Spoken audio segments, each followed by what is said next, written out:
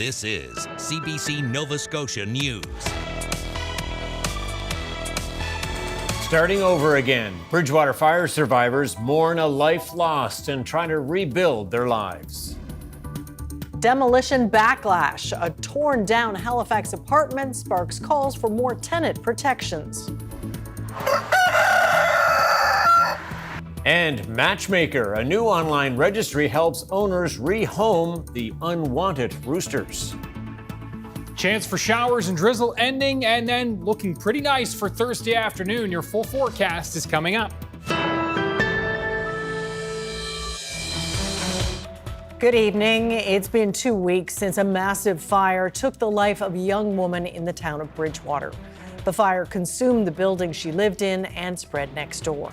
For those who survived, they're going through the difficult process of starting over. And Elizabeth Chu tells us they share something in common with the woman who died. The charred shell of a building shows the fire's utter devastation. So do these flowers and a stuffed animal. This is where 24-year-old Amitaj Kaur died after a fire engulfed the building on June 10th. She lived in this basement apartment and was the only resident unable to escape. Akbar Shah Abdul Qadir Abdul Aziz and his wife lived on the middle floor. She was on vacation when he received a shocking call from her. I just told her that I'm walking, and she's like, she was not in a state of saying anything to me. She was like, fire, fire. He ran to the apartment building. It was an inferno, exploding. I was in a situation where I couldn't think properly. Because all I was worried about, like, I didn't know that she was stuck inside. So if I knew that, I would have worried about her because we all thought that she was safe. Kaur came to Canada from India 6 years ago. Her last job was as a cleaner, her employer remembering her kindness, hard work, and radiant positivity. She was sending money back home to her parents in India. She was married, building a life in Nova Scotia. It was hard to accept it. Like, everybody was crying, nobody, even I cried, but now I'm okay. This tragedy is being felt throughout the town of Bridgewater, but especially by members of the South Asian community. According to Abdul Qadir Abdul Aziz, of the 10 people who lived in this building, 8 are from India. My wife is sleeping on a bed, so I'm sleeping on an air bed. Abdul Qadir Abdul Aziz, a Muslim, is receiving support from community members, including Ishmeet Kaur, a Sikh woman. She helped to organize this fundraiser for all the survivors at a fire hall. It was also a time to share a meal and pray. Not everybody has their family here. So we together as a community is a family. People in the town and beyond have made donations to Kaur's family and to the fire survivors to help them get back on their feet. Shelter is a big worry, so is unemployment, ever since he and his wife were laid off by a call center in Liverpool 2 years ago. Complicating those problems, this huge stressor. We are in a situation like where our documents, passport, immigration documents, everything was inside, everything got burnt. Whatever we lose, that's okay, but if we lose our passport, documents, there is no proof that we are here. Vital government papers on top of everything else that they need to start all over again. I'm just being hopeful right now because maybe some plan will work out. I don't know what to do next. I'm just waiting, that's it. Elizabeth Chu, CBC News, Bridgewater. A Halifax woman is without permanent housing after her landlord tore down her apartment building while she was still living there. She, legal aid workers, and advocates want to see more tenant protections in the future so this does not happen again. Alex Guy has that story. You know, it's me today, but it could be you tomorrow. Some cities in Canada have strict bylaws protecting tenants from eviction by demolition. Halifax does not. Shayla Bento's apartment building was demolished earlier this month, despite a residential tenancies order saying she had until September to leave. She contacted tenant advocacy group Acorn, who are continuing their call for better tenant protections in Halifax. They point to other cities like Hamilton, Ontario, as an example. Acorn had a big win out there with getting a rental housing protection bylaw passed. And that's, we'd love to see something similar here. Sydney Bloom is with Dow Legal Aid. She says Halifax should deter other landlords from similar action by enacting a bylaw that enforces living standards. A landlord could be fined $150,000 to $10,000 a day. Theoretically, we'd like to see the city impose that fine for every day that the tenant should have been entitled to live in that unit and it's uninhabitable because they've demolished it. Bento says it's too late for her now that the building she lived in is completely gone. She would like to see protections to help others. I would love to be the very last person this can happen to in Nova Scotia. Councillor Catherine Morse says the city should be doing more.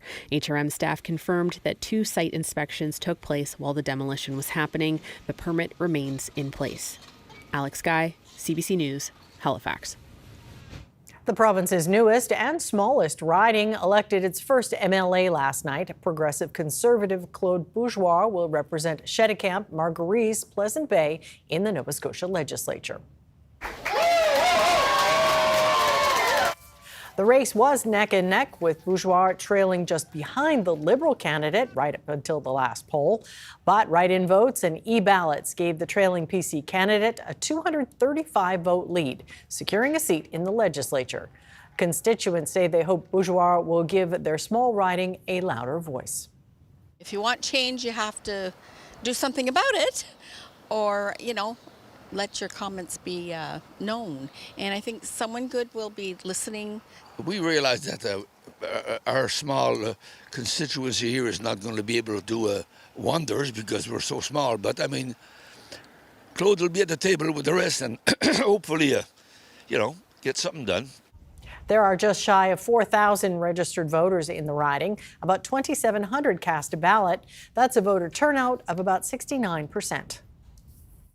A new 3-year seafood sector strategy aims to help the local industry overcome challenges like rising costs, labor shortages, and tariff threats.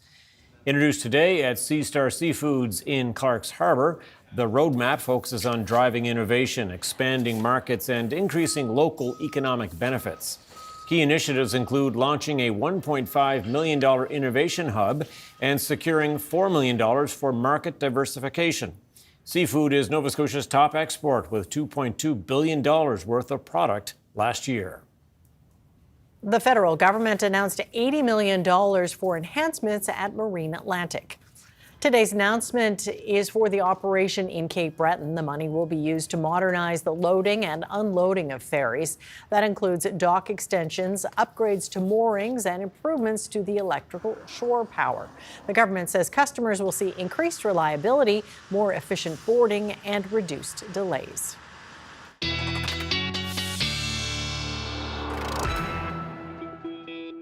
And Ryan joins us now to talk weather. And that wet weather is clearing out. Yeah, absolutely. Much needed wet weather in some places. We know when you think back to the last 3 months, the driest place in the Maritimes has been southwestern Nova Scotia. Since April 1st, this has been the area that we've seen the least amount of rain. That's where we really needed it most, and that's where Mother Nature delivered 30 to 50, even 60 and 70 millimeters locally there as we worked throughout the day yesterday and into this morning. You can see widespread rainfall in the 10 to 20 millimeter range up in towards the northeast as well. So a solid soaking, but especially in the southwest where we needed it most. Thursday, we're looking at a better, brighter day overall, a mix of sun and cloud. Clouds will be a bit stubborn here across the northeast in the morning. Chance for some patchy drizzle, but as we work our way into the afternoon, becoming a mix of sun and cloud. Northerly flow keeping temps a little bit cooler here, but widespread temperatures into the low to mid 20s across the rest of the province, so looking pretty good. Shower chances back on the increase for Friday. We'll talk about the weekend right through to Canada Day coming up. All right. We'll see you back in just Thanks, a bit. Ryan. Thanks, Ryan. A new study published in Canada's top nutrition journal assessed the qualifications of people providing nutrition information on YouTube. It also looked at potential financial conflicts of interest. Andrew Lamb reports. There's a lot of content on social media about nutrition and food. A lot of it can be helpful, but this registered dietitian says the information we find online can also often be wrong or even harmful. When nutrition's not done well, it can lead to nasty side effects on the mild end, but can also interfere with medicines that people are on or treatments they might be taking. A new peer-reviewed study led by Cahill put some numbers on the potential quality of what people can find on social media. A team of 9 researchers looked at the self-reported credentials of people providing nutrition information on YouTube. They reviewed 400 videos in total from 40 nutrition-related creators. We found that less than a quarter had medical doctor training or dietitian training, which would normally be the 2 healthcare professionals that you would go to with nutrition questions. This registered dietitian in Ottawa has a blog and makes videos for Instagram and YouTube. She says she started doing this after clients came to her with information from social media that was often not true. My approach to sharing nutrition information on social media actually comes from my clients' questions. So I start there. If I have clients asking the same questions, they're probably not the only ones with that question. Rouse says she's noticed a potentially harmful trend on social media of content that contains polarizing views about nutrition. The information that's grabbing people's attention is more about demonizing foods, perhaps, or negative views on a topic that keep people engaged. Researchers with the study also examined whether references were cited in the videos they looked at. Less than half of the videos provided evidence for their nutrition recommendations. We really want people to not be deterred from learning about nutrition, but to just critically appraise who are they getting their nutrition information from? Is evidence being cited? While this study did not fact-check the videos that were sampled, Cahill says that's something the team wants to do in the future. Andrew Lamb, CBC News, Halifax. Okay, well, need to find a home for your rooster? A Kings County woman has launched a rooster registry for people looking to rehome their fowl. CBC's Molly McNaughton has that story. When Crystal Acker first got chickens, she had a problem. I hatched them. And we had 18 eggs that hatched. 12 of them were roosters and 6 of them were hens. And I couldn't keep 12 roosters, so I learned, really quickly that it's impossible to rehome a rooster. They're hard to find a home for. You can post them on Facebook and the post gets buried, or you can try on Kijiji, but nobody looks there for roosters. So, Acker created a registry for people looking to rehome their feathered male fowl. She says to think of the registry like a dating app, but for roosters. Each feathered gentleman gets his own profile, which includes details about his personality traits, age, and location. If someone finds a rooster who fits their flock, they can go to the site and contact the owner directly. More than 40 bachelors in Nova Scotia and New Brunswick are available. These are loved pets. People hatch them out, they fall in love with them, but they can't keep them because they've got 7 and they don't have the space for that. Or bylaws say they can't have any, so they love them, but they can't keep them. Acker says there are a lot of misconceptions about roosters. She says sometimes people give them up because they're simply afraid of them. And every year there are stories of roosters getting dumped off in the woods, random places, because people don't have any options for them. So knowing that 4 have gotten a home somewhere and they're going to be happy and they're going to get to live out their life and they're not going to get dumped or eaten, which is totally fine if you want to eat your roosters, but not everybody wants to eat their roosters. So it's great. It's really awesome. For Acker, they're her snuggle bugs. She has 5 roosters living in her chicken village, which she calls Wattlesford. They're like antidepressants. Like you come out here and you can't not be happy when you've got chickens running around eating scratch at your feet, and there's some of them are snuggly, and I don't know, it's really nice. They just make me happy. Her favorite is Levy. He's my main guy. He's always been like the one that's in charge of everything. He's really good about keeping his girls in line. He can break up a fence outside of his area somehow just by standing there. Like, he's got that authority. He was my snuggle bug when he was a baby. He used to sit, and when he was in the brooder, he'd run back and forth crying until I picked him up, and he would just lay on my lap for hours, and he's been the best. The registry is not just for roosters. Drakes, toms, and ganders are welcome too. Acker plans to fundraise so she can expand it to other provinces. Right now, she's paying for the website's maintenance. Molly McNaughton, CBC News, Kentville.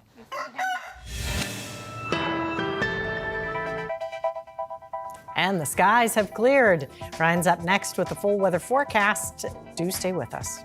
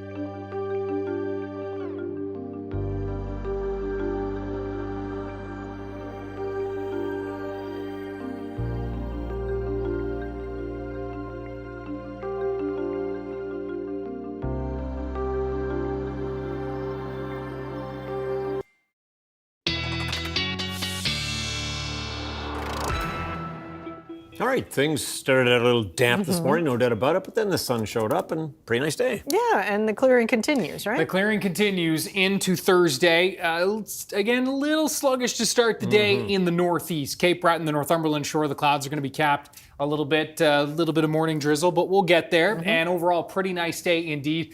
Have a look. It was certainly a dreary start to the day and a wet start. This is Yarmouth and the wharf there.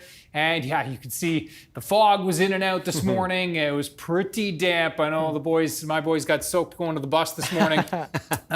They did have their rain jackets on, thankfully. Okay, good. I gave them at least that much of it. Good parenting, good parenting. That's right. And there's the beautiful clear out in Yarmouth this afternoon. Looking really nice. Live shot right now. And perfect. Yeah. Perfect indeed. Perfect Wednesday evening. Thanks to Nova Scotia webcams for this. Yarmouth right now, 18 degrees and a lovely, lovely Wednesday evening.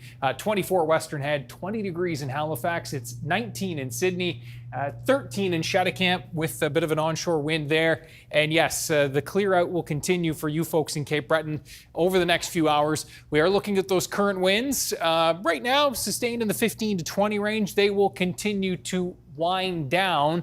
The winds will through this evening into the overnight.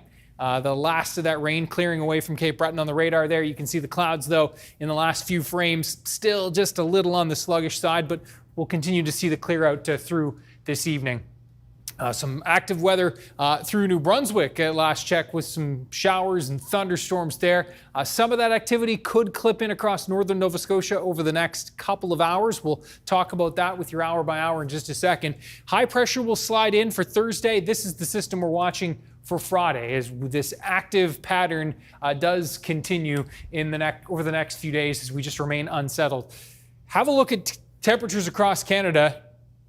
One spot kind of sticking out like a sore thumb. Boy, St. John's, the Avalon, eastern Newfoundland, most of the northeast of Newfoundland has had a tough go this spring. I know it hasn't been balmy here by any stretch, but it has been really tough sledding for St. John's. And I know it's been tough sledding in places like Cape Breton as well and the northeast, but for the month of June. Yeah, it has been really cool there. Now, as we look at the forecast for tonight, the clouds, the showers, the chance for drizzle before morning, as you'll see here as we run through that hour by hour. Note these pop-up showers and a little bit of activity could push in through the valley later this evening, so just a heads up on that. But it looks like it will fizzle out pretty quickly as we watch the sun set and move into the late evening and early overnight hours. There's the setup for tomorrow. There's that cloud that I mentioned that's capped across Cape Breton and that Northumberland shore. Looks like that'll be the case for a good portion of the morning. Some patchy drizzle as a result of that, but we are mixing out to a mix of sun and cloud into the afternoon. Temperatures tomorrow will struggle for Inverness County with that northwest wind tomorrow, 20 gusting 30 to 40. And so, yeah, it's going to be cool. Water temperatures just 11, but we'll get into the 16, 17 range in and around the Bedore Lakes region up towards Sydney, maybe even some 18s on the board. Antigonish near 16, New Glasgow 16 to 18. It's going to be, again, if you're right along the coastline tomorrow, cooler. Inland could get into the 19-20 range and certainly into the 20s here through central areas. Parsboro near 20 tomorrow, and we'll be into the low to mid 20s for much of the west. Now, as we look at the forecast for Friday, we are looking at the increasing clouds, shower chances on the increase throughout the afternoon, and especially into the evening up the Atlantic coastline. And so we're going to be watching that situation. Some forecast models holding it off until midnight for Metro, some bringing it in a little bit sooner than that. So we're keeping an eye on things. I know there's some events happening in Halifax, outdoor events for Friday evening, so we're watching that. Saturday morning, some lingering showers throughout the day on Saturday. In fact, with this cooler pocket of air aloft, it looks like we'll see some sun on Saturday with the potential for some scattered showers, much like we've been seeing the last couple of weekends, where we're going to see some sun, but some shower chances in the mix for both days. And that unsettled stretch continues into Monday, Tuesday. At this point, looks like Canada today looking okay. We're keeping our fingers and toes crossed. Oh, there's that at least. Okay, thanks so much, Ryan. Thank you, Ryan.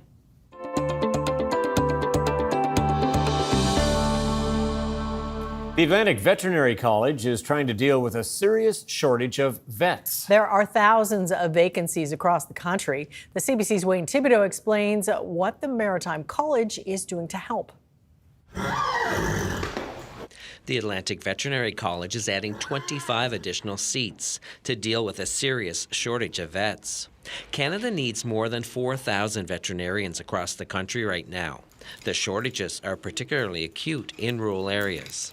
I never thought we'd ever have a shortage here in PEI due to the college, but certainly in the last few years it's been harder and harder to kind of fill some of the positions, especially in the more specialized areas. The college will welcome the additional students next summer, bringing the number of seats to just under 100. They'll be reconfiguring space to make room, but they're also planning a major expansion to the veterinary teaching hospital. That's not directly connected to the expansion in the number of seats, but they say it will certainly help. This is an international problem, but we certainly feel it here. We're the Atlantic Veterinary College, so our primary mission is the Atlantic provinces, and we're very aware that there's certainly a veterinary shortage being felt close to home. So by graduating more veterinarians, we hope that more people will stay in this region and address some of that shortage. A PEI emergency room vet knows firsthand how badly he's needed. He's decided to travel across the country, helping hospitals cover shifts. He leaves for BC early next month. Going out to areas that have lack of emergency care, areas that are really hurting for kind of the cash inflow to provide care, just trying to use myself as a service to Canadians across the country. There's probably a veterinarian like me that was also once quite in need of a vacation, and maybe my relief work for them will help get them the rest that they need. It isn't cheap to go to vet school. Unsubsidized students, so those outside of Atlantic Canada, pay about $85,000 a year. The province's subsidized tuition for Atlantic Canadian students, they pay about $16,000. McMillan says increasing the number of students will help, but it may not be enough. We may need to look more closely at having internationally trained veterinarians come to work in Canada to help fill that void. AVC isn't the only college expanding. All 5 vet colleges across the country are increasing the number of seats. But it takes 4 years to graduate, so it'll be 2031 before these new students are on the job. Wayne Thibodeau, CBC News, Charlottetown.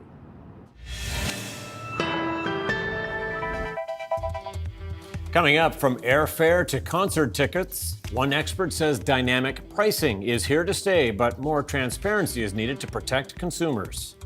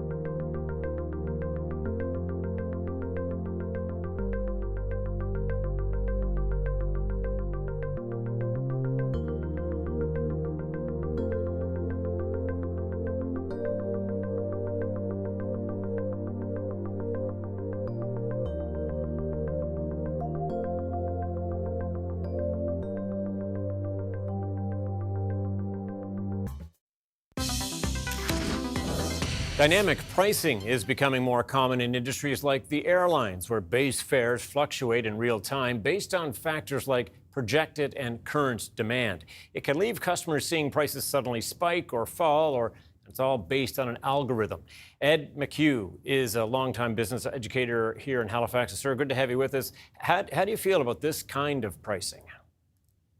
Well, it's funny. What's changed here? We've all experienced actually dynamic pricing in our lives. You think about movie theaters and the different prices in the afternoon versus evening versus what segments are buying the tickets. What's changed here now is all of the data is now available, and in the last 3 to 4 years, through artificial intelligence and through the attempts at gathering data, the speed has picked up. So now what's happening is businesses now have data at their fingertips that they never had. They have data on who's purchasing a product, how often do they buy it, where do they buy it, when do they buy it, what's their price thresholds in terms of price increases. So now they have the data, so now they can act quite quickly, and that's why it's called dynamic. Some other people call it surge pricing or variable pricing, but it can change just because now the amount of information that companies have, and they start to do what's called data mining, and they go in and they start to reflect that in their prices, and they can change the price on a snap. Amazon's been doing this for quite a while, actually. Yeah, and that speed, as you say, is a big part of it. We're seeing it in the airlines. We're seeing it at other places. You mentioned Amazon there as well. Maritime bus, just recently in this region, looking at taking a similar approach. So it really is catching on, almost becoming the norm in some ways, isn't it? It absolutely is, and you can. And if you read the maritime bus story, you can understand their frustration because they guarantee you a seat on a bus. So with that business model, people, like anything in life, people. I once heard a phrase that said, "If not for deadlines, nothing would get done in life." People are apt to book at the last minute because they know they can get away with it. So what they're trying to do is shift their demand pattern so they can better predict what buses will be on the road. But the thing about dynamic pricing that's missing, and why it's getting a bad rap, and at this point it's semi deserves it, is people are confused. They don't know so what do you got to do if you practice it? You got to be clear with consumers what you are doing, and that's the missing piece. And once that missing piece is there, that's when people's suspicions start to rise. Well, because businesses, as you would expect, want to boost profits. Sure. And dynamic pricing is helping them, as you point out. But might it also turn some customers off as well? Because for some it is irksome to see that price fluctuate so much in a short period of time. Or is it just becoming accepted? What choice do consumers have? Yeah, I think it'll become irksome. We as consumers have never had more information at our fingertips to shop. It's almost like the old Yellow Pages slogan years ago, let your fingers do the walking. So now we have more data, but if you buy a product on a regular basis, and say you pay, $12 for the product, and you buy it every 2 weeks, now you go in, all of a sudden 2 weeks later, now it's $18. So it's gone up, 50%. That's when consumers are going to start to say, okay, because we are sensitive. We all like a deal. Every consumer likes a deal. And once we feel that we're being, quote unquote, ripped off or taken advantage of, that's when people will look around. And that's why businesses have to be very astute in terms of the explaining. They got to have clear communication, and they've got to have a good sense of ethics as they do this. Yeah, so you're talking about transparency there. Canada's Competition Bureau is looking at the algorithmic pricing scheme. What else do you think they should be doing in that regard? Is it a requirement, do you think, or should it become a requirement for these companies to have that clearer communication? I think they've got to get a little clearer. This is a tough one. This is really hard. You can imagine the number of businesses, the number of industries, the amount of data. If they're going to try to start to police that aspect of it, it's hard.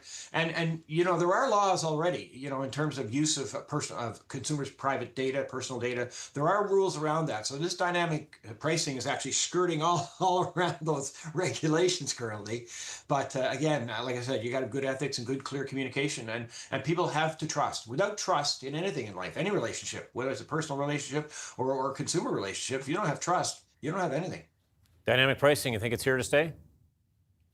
I think it's absolutely here to stay. And I think we've got to find a way to regulate it. But as I said before, that's a huge task.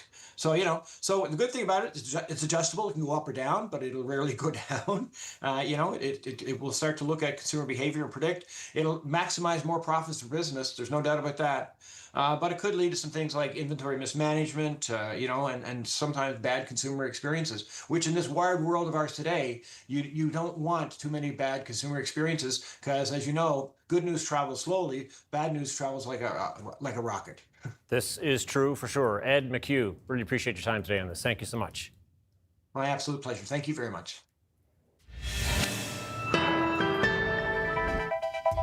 Coming up, heat wave. Record-breaking temperatures are closing schools and tourist attractions across Europe.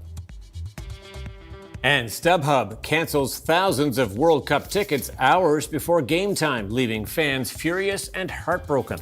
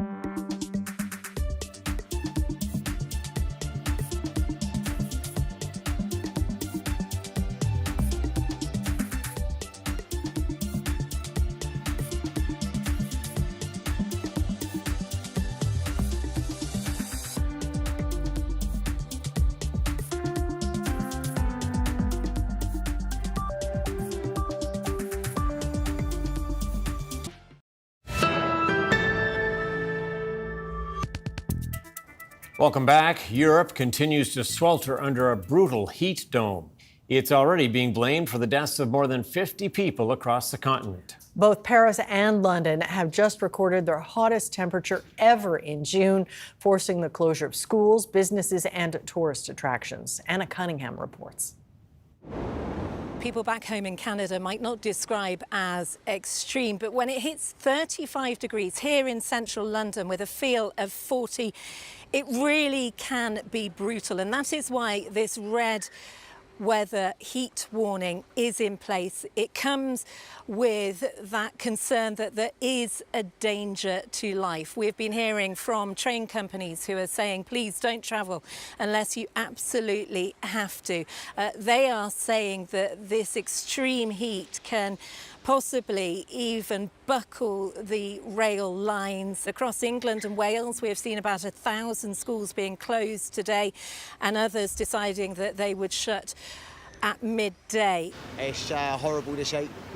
Working over you're outside all day, there's no let up, there's no shade. I find it quite unbearable, and I think it is a sign of climate change. Here in Britain, the summer averages temperatures of about 16 or 17 degrees, so this is a very big change. The British electrical grid operator has called for more power to be generated. It says there is this pressure growing between supply and demand. There is also, adding into this, a high level of air pollution, and as well as that, if tourists were expecting to see the changing of the guard at Buckingham Palace today, well, that has been cancelled. The British Army saying that all ceremonial events in London and Windsor are postponed to protect the well-being of its soldiers and horses. Now, this is not just happening here in the UK. If we take a look at Spain, there, temperatures extremely high. Warnings from the Weather Service saying that temperatures could reach 44 degrees, 10 degrees above what they would usually expect. Italy, as well, has issued 16 red heat alert notices. This heat wave is expected to continue across the UK and other countries in Europe, moving towards Eastern Europe in the coming days. Anna Cunningham, CBC News, London. France has announced its first case of Ebola. The infected is a doctor who had returned from a humanitarian mission in the Democratic Republic of Congo. The virus is continuing to outpace response efforts there, according to global health experts. Contact tracing is still not at the level needed. Capacity at treatment and isolation centers is insufficient. Safe and dignified burials remain a major challenge. The health system is under pressure. The epicenter of the outbreak is in Congo, where there have been 1,094 documented cases and 277 deaths. Uganda has confirmed 20 cases with 2 fatalities. This outbreak was caused by a rare strain of the virus for which no authorized vaccines exist. Summer mosquito season is here, and with it come warnings about the diseases they carry. West Nile virus is one of them. Death from it is extremely rare, but it can happen, and that is the tragic reality for the family of an Ontario man who died after contracting it. Karen Pauls has his story and tips on how you can protect yourself this summer.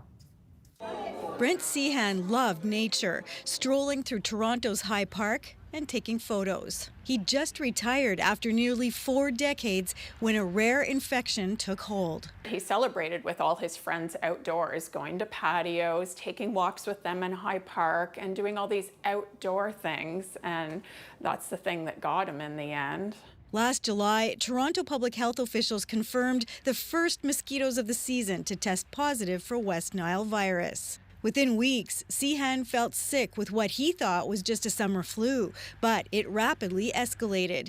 He died from West Nile encephalitis, a severe inflammation of the brain, one of just 9 Canadians to die of West Nile virus last year. So the doctor was extremely shocked because it's such a rare thing to get that sick with West Nile. Like only 1% of people get that sick. While 80% of people infected with the virus show no symptoms at all, men, older adults, and those with underlying health conditions face higher risk for severe infection. If the virus travels to your brain or your spinal cord, it can cause inflammation, which can then lead to serious complications like high-grade fever, coma, hallucinations, confusion, and potentially even death. No vaccines exist, and there are no specific treatments. The mosquito season has just begun, and so has West Nile surveillance. It's typically a combination of factors like weather, bird populations, mosquito abundance, and other local environmental conditions. Her advice for prevention? Wear light-colored long clothing. Use insect repellent, especially at dawn and dusk. And eliminate standing water on your property. Experts say climate change means disease-bearing mosquitoes will become more common in countries like Canada. Brent Seahan's family hopes their loss will be a cautionary tale for others. Karen Pauls, CBC News, Winnipeg. The Canadian Dermatology Association is sounding the alarm about the number of dermatologists leaving medical practice for cosmetic work. As Christine Burak reports, it's contributing to long wait times for critical cancer screenings. Dermatologists can inject Botox, map moles, and diagnose skin cancers, and they're in high demand. Canada is short about 400. Carol MacArthur spent 8 months trying to get a medical appointment. By that time, it's more than a year that this was growing on my face. MacArthur feared it was cancerous. A dermatologist finally confirmed it, and she needed major surgery. I lost a chunk of my cheek. I lost the cartilage in my nose, and it was a year. It was 1 year. A Canadian Dermatology Association report warns skin cancers need fast treatment to prevent death. Skin conditions like eczema can cause serious mental health issues, while more dermatologists are shifting to cosmetics.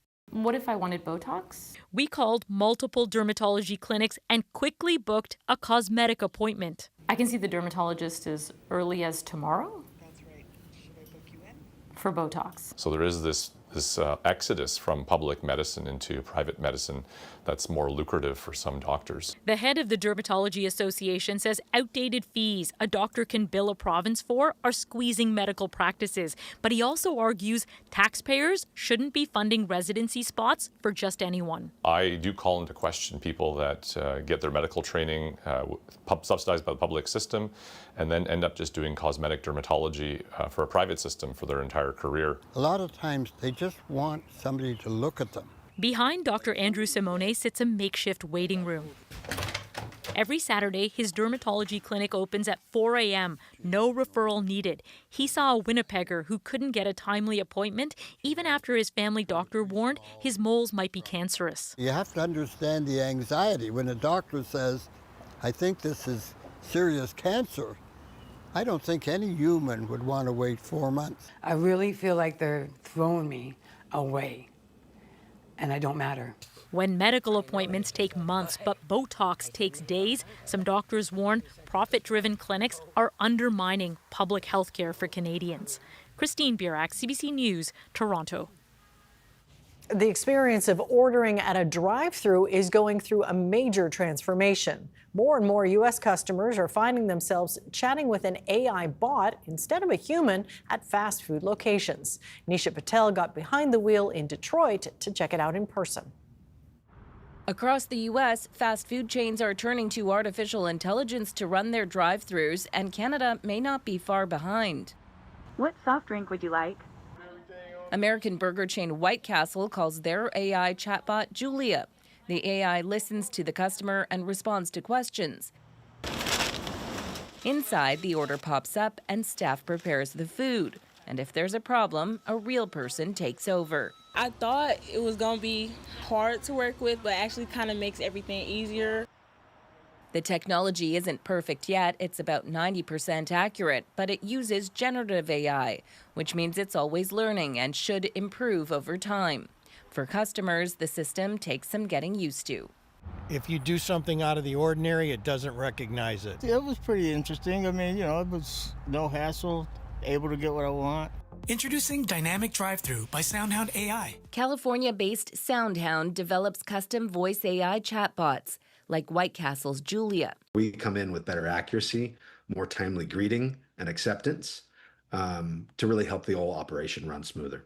Other major players like Google, NVIDIA, and Presto are also partnering up with fast food chains on AI drive-thrus. Presto and SoundHound both confirm voice AI will be rolling out at Canadian drive-thrus within months. We reached out to multiple fast food chains. They wouldn't disclose their plans.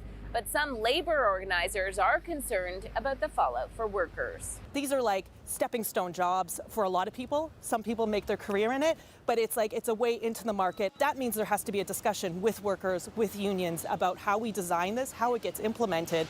Over the next 5 years, the World Economic Forum expects positions like cashiers will be one of the fastest declining jobs, driven by automation. They got our order correct and everything. I just hate that this is what the world is coming to. That just means less jobs for humans. The role of fast food workers could shift rapidly if AI at drive-thrus goes mainstream. Sorry, did I make a mistake? Try saying add or remove. Nisha Patel, CBC News, Toronto. A heartbreaker of a loss for Canada at the World Cup, falling to Switzerland with a final score of 2-1.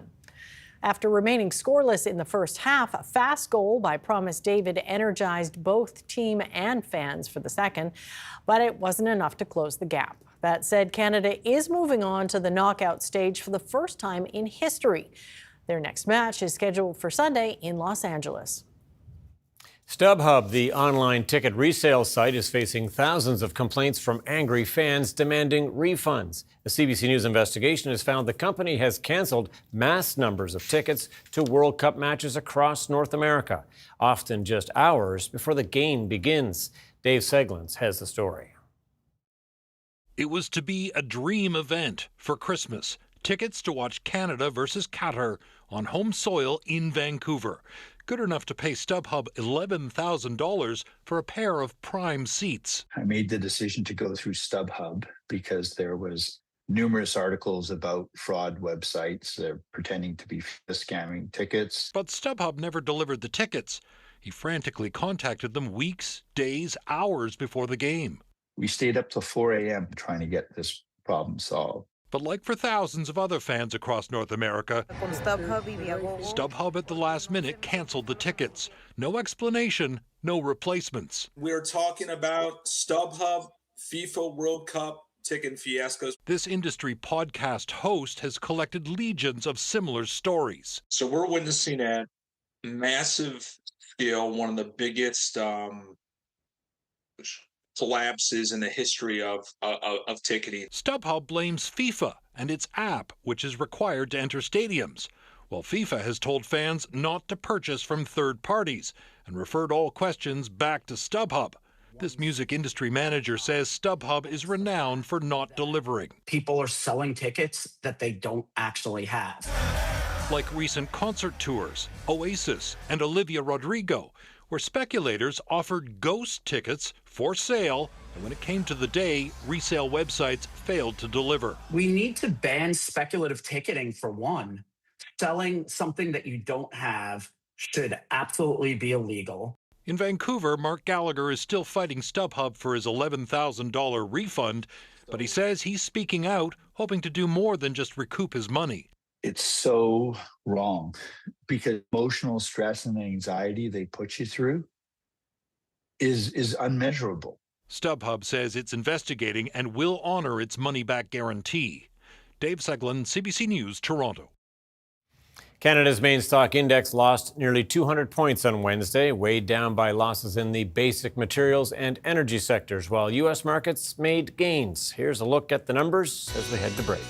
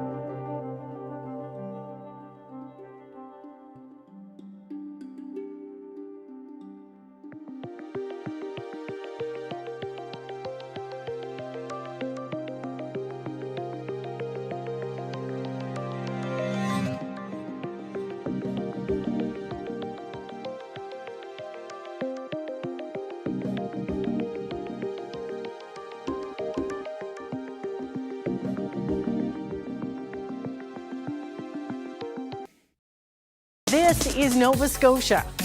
And this is Nova Scotia on your smart TV, because CBC News is now streaming local. Local news and weather on your connected TV or favorite device. CBC News Nova Scotia, streaming now.